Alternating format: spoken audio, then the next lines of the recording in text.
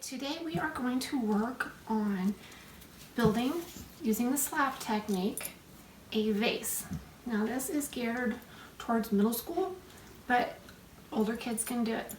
All right, I'm going to start off with a couple of slabs of leather hard clay. Now what I have done is I took the plastic clay using a large rolling pin and some canvas. I rolled the clay out till it was about 1/4 of an inch.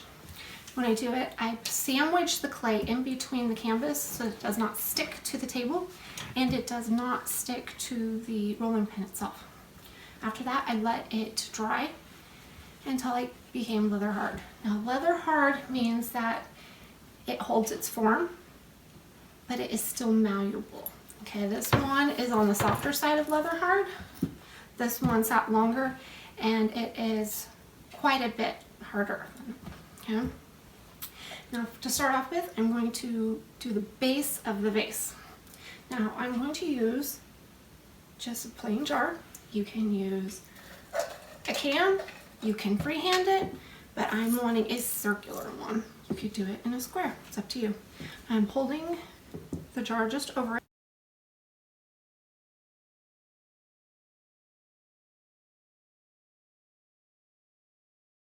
Now this clay is on the harder side, so you do have to use more force. If this was plastic state, it would be a lot smoother and easier to cut. This is the base of the vase, and that's what we're going to build our walls on. All right, here we have it, circular. You can see the edges have a little bit of clay nibs. I'm just going to brush them off. It's not a big deal because we're going to be smoothing stuff out as we go. Okay? I'm going to go ahead and take this large piece and put it over to the side because I will be needing it for the facial features. Now I am going to take the other piece of leather hard. It's a little bit softer, more malleable, and I am going to use a ruler and cut out the walls as straight and accurate as I can.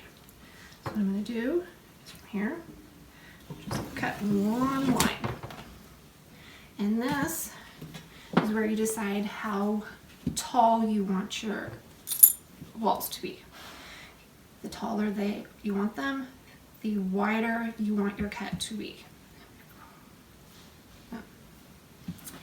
Now, I do not want it to be too short because I want to be able to hold pencils in it, but I don't want it to be too tall that it's hard to get the pencils out of.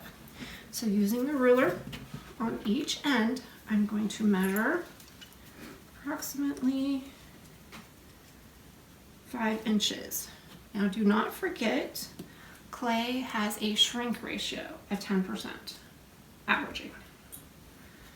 So lining up on the other end. From here, I match up my lines and just straight across.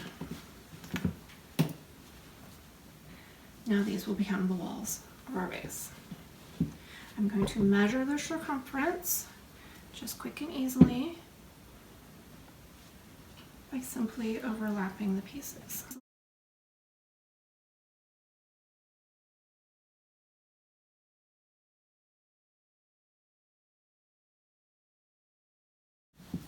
You can see the clay. They do touch and meet some. That's okay. What I'm going to do is I'm going to go ahead, straighten it out.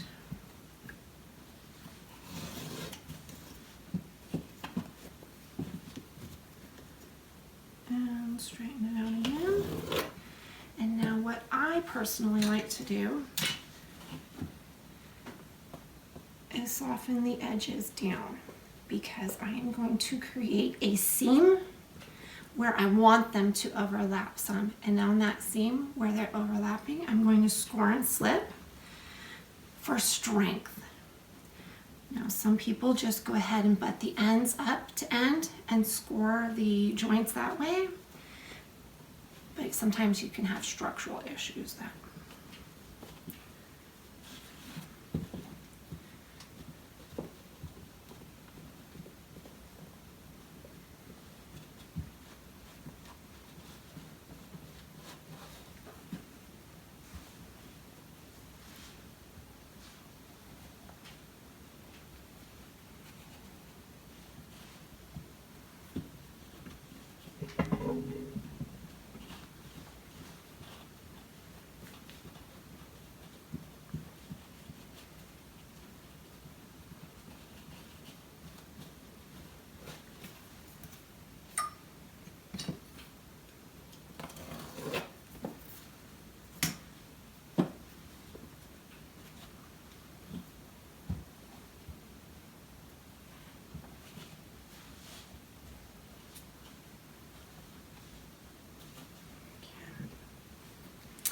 I make a note inside to know where exactly the inside joint will end up landing, and I'm going to make a note on the outside where the joint will line up.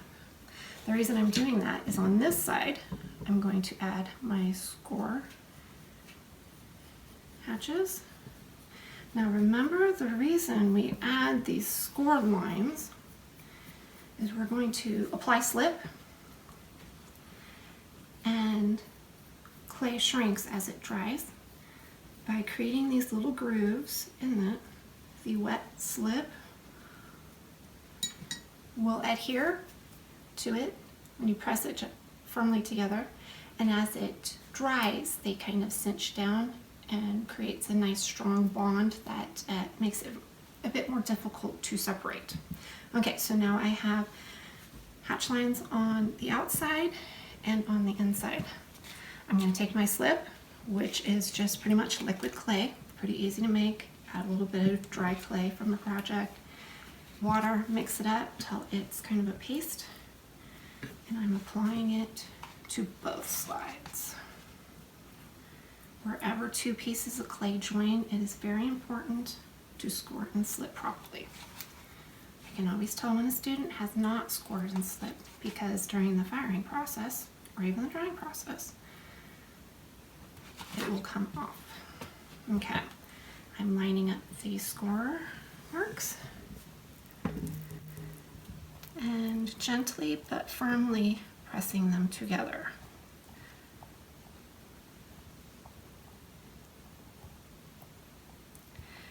It is okay if some of the slip starts to squeeze out from below. We are going to clean that all up as we go. I'm doing the same thing on the inside. Gentle pressure as I am very carefully smoothing them together. Now I can take one of my wooden tools and I can go in and clean up the edges so that you can't even tell where the lines were joined. Just take your time and be thorough.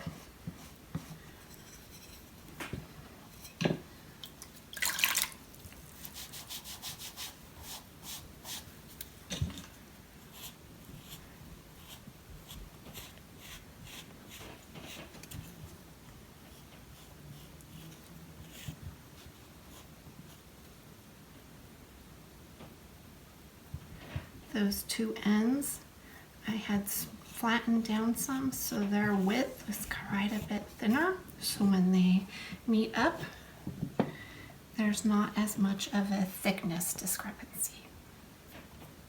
Okay. Now I can go in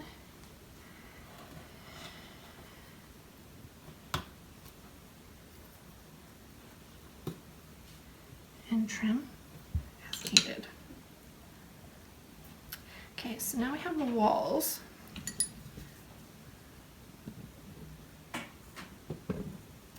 And now we have to affix them to our base. Now remember where I said wherever two pieces of clay join, it is very important that they are scored and slip when they are put together. So I'm going to take this and I am looking at where it's going to meet at the bottom.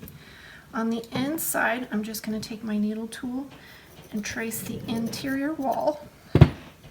So now I can see where I need to apply my hatch lines. I'm going to do both sides of the clay, because remember, wherever they meet, both pieces need to be properly scored.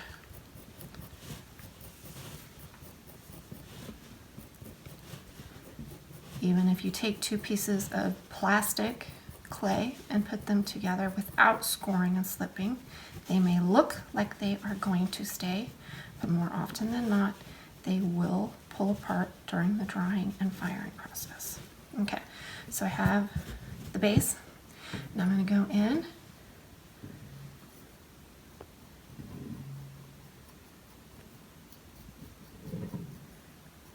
and add my hatch lines.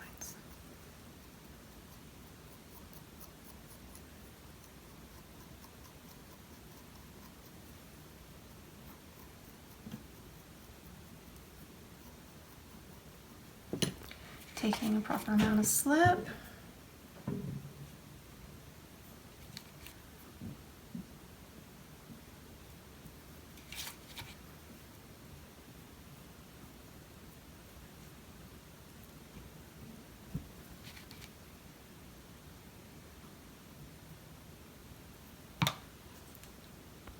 Line them up as best as you can, and firmly but gently press down.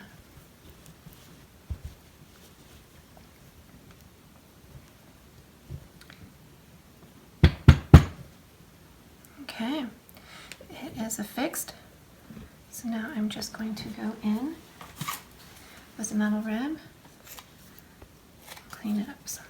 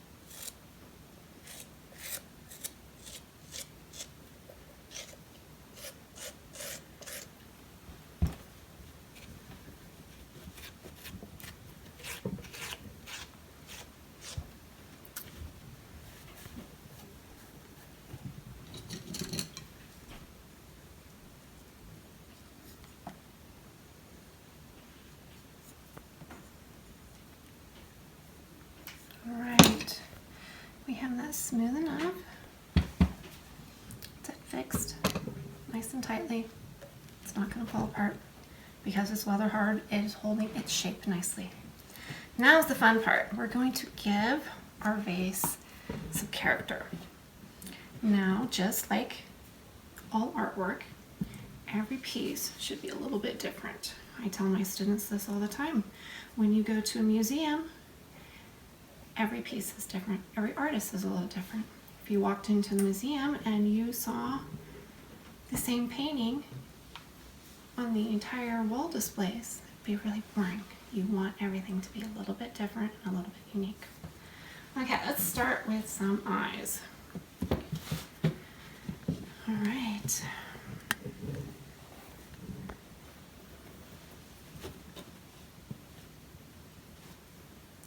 Now, I try to avoid too much symmetry when it comes to my characters. We want it to be symmetrical enough that it doesn't look too funny, but keep the balance off just a little bit because it is more aesthetically pleasing, and face it, it's funner to give a little character to your thing.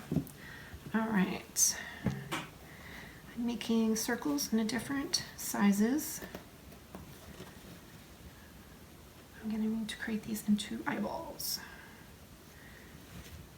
And I'm going to be layering the pupils some.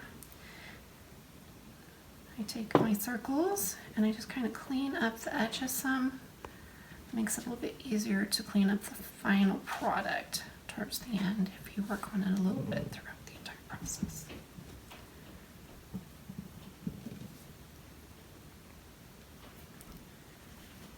Okay, like I say, wherever two pieces meet, they must be scored and slipped. Okay. I'm bending this piece slightly so it forms to the walls itself. Okay, I'm putting some score.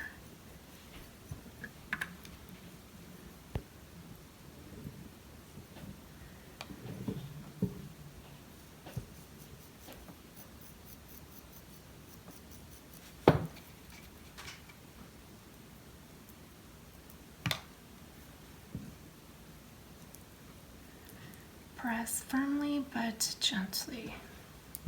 At this point, I'm going to go in with a wet sponge, just kind of clean up the edges.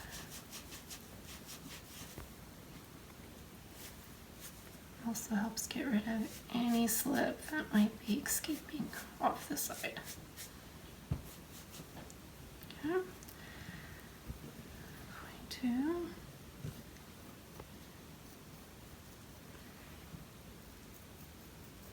layer it with another circular disc. Make it look like some cool pupils. Okay. Now the next one, I'm just going to go ahead and score slip first.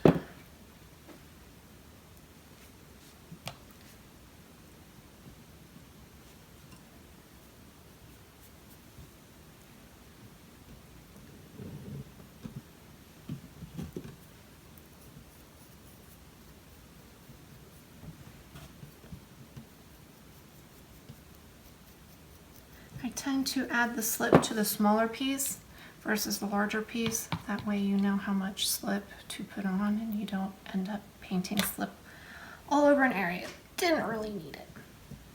Okay.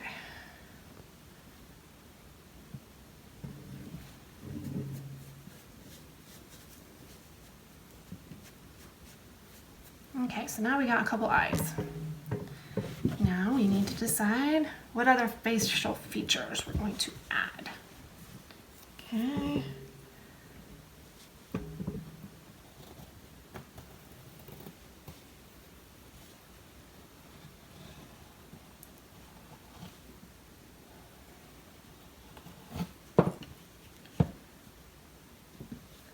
Now it's best not to overthink the project too much. You'll get stressed out and you'll get a mental block and you won't get me very far. So, fun thing about clay, if you don't like the way it looks before you put it on, you can cut a new piece out or reconstitute it. Okay, that looks like it'll be a fun nose. This is a larger piece. I'm going to very carefully just throw in some outline of where to keep my hatch lines. Okay. Now this particular nose happens to be fairly flat, but if you wanted, you could make it protrude out further. Scoring both sides. Now when I score, I gently draw the needle tool across. I don't go too deep into the clay. That's something you have to think about with the younger students. they might go through the entire piece of clay if they push too hard. Okay, thoroughly slipped and gently place and firmly but gently press down. You will see the slip escape underneath, and that is okay. We can come in and we'll clean that up.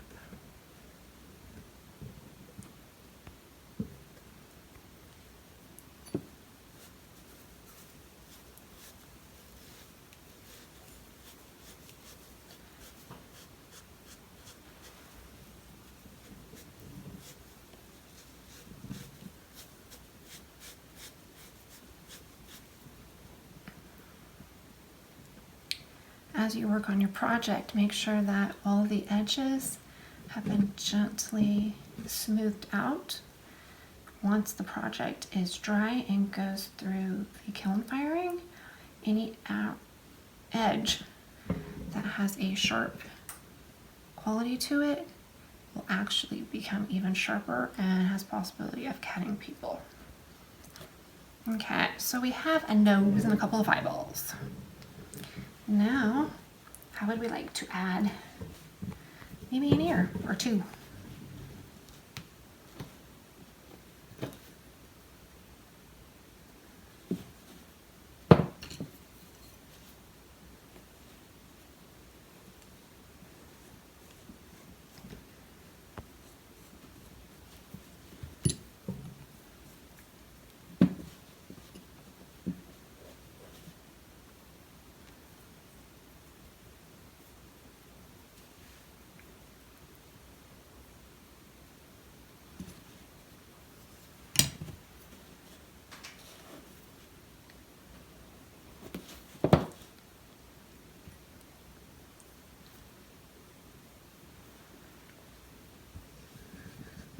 When working with pottery and clay, your hands are the most important tool that you have.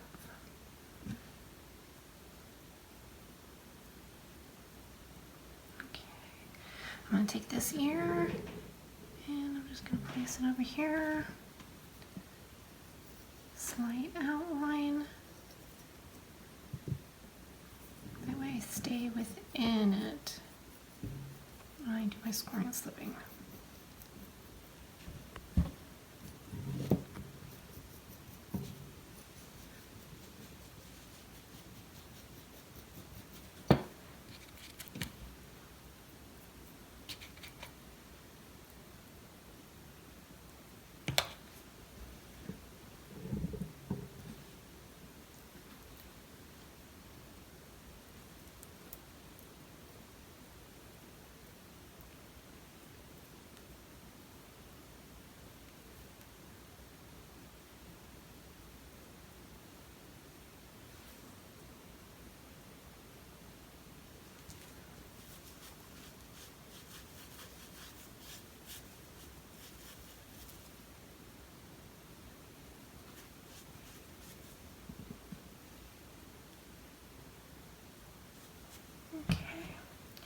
That one ears like that.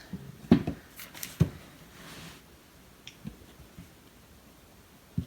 think I'm going to have my other ear project off of the vase some.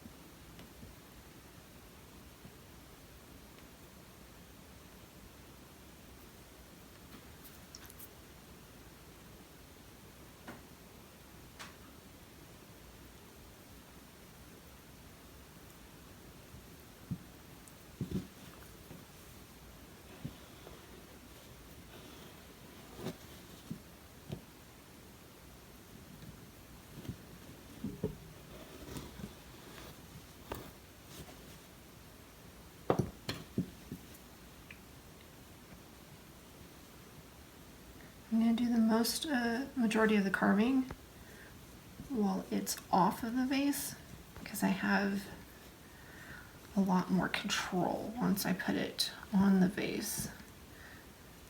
If I work it too much, it can actually fall off the vase from the pressure applied.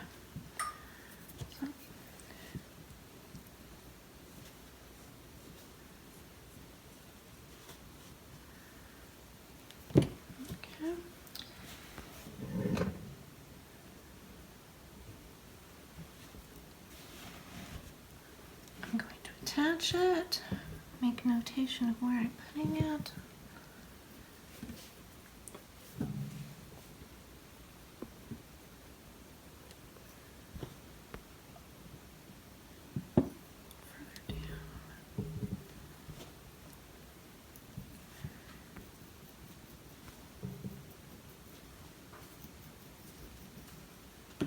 Okay.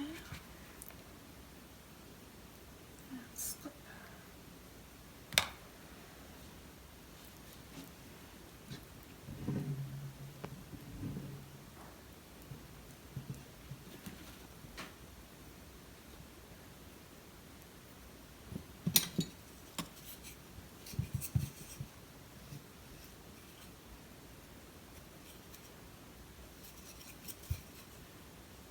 On the back, I'm just going to gently press the clay down so it forms a stronger bond.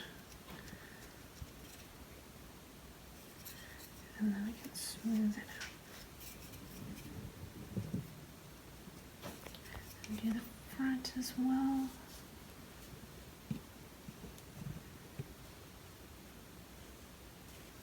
Okay.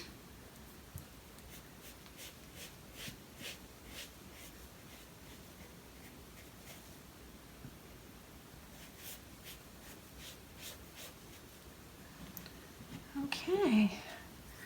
Having a little bit of a Picasso thing going on here. All right. Now mouth. I have a whole bunch of scraps here.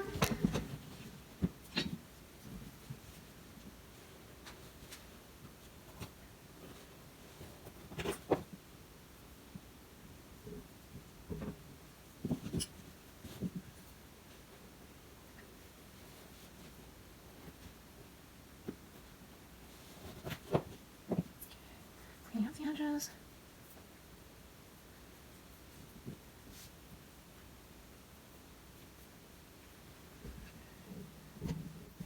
It's important to make sure that nothing overlaps beyond where the edge, the foot is. Otherwise, it will not sit flat.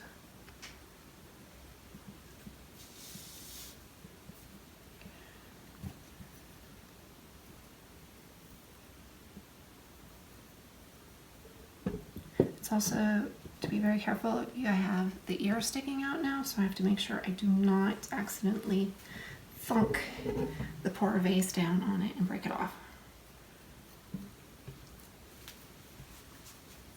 Okay.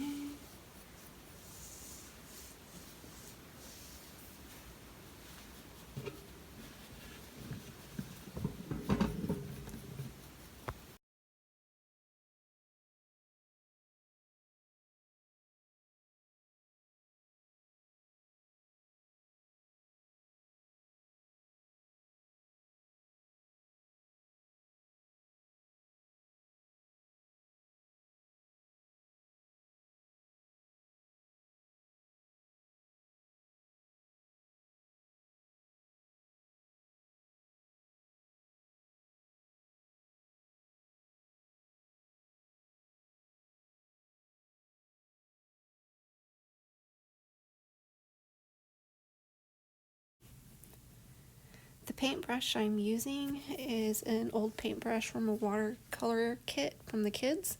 It's got harder bristles and it really doesn't matter if it gets destroyed or anything. It just applies the slip, and I only use it for slip.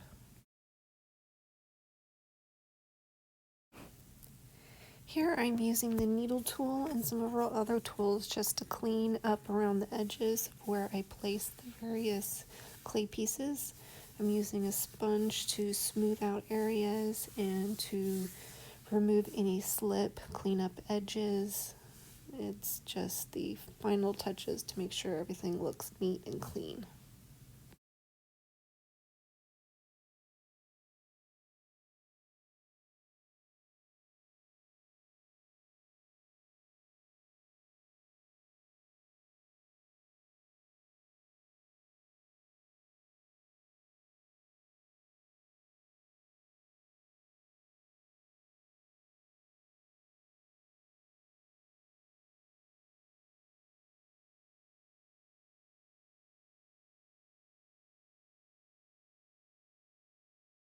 couple cool little nostrils here. I'm not going to go too deep with it.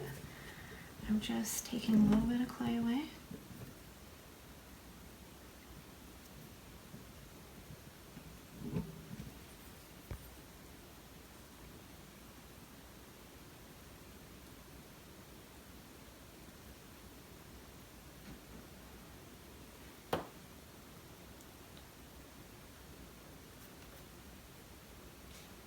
Okay, and from here, I'm just like to make sure all of my areas are nice and smooth. Anything that needs to be cleaned up is cleaned up now while it's still easy to work with.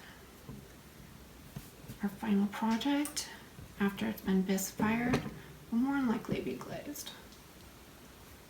Okay, and here we have our little Picasso style vase mug. Could be a mug. The ear, if you make the ear bigger, it'd make a great handle. And that's all there is to it. Kids love this, and I will more likely be doing this with a big group in a week or two. All right, thank you.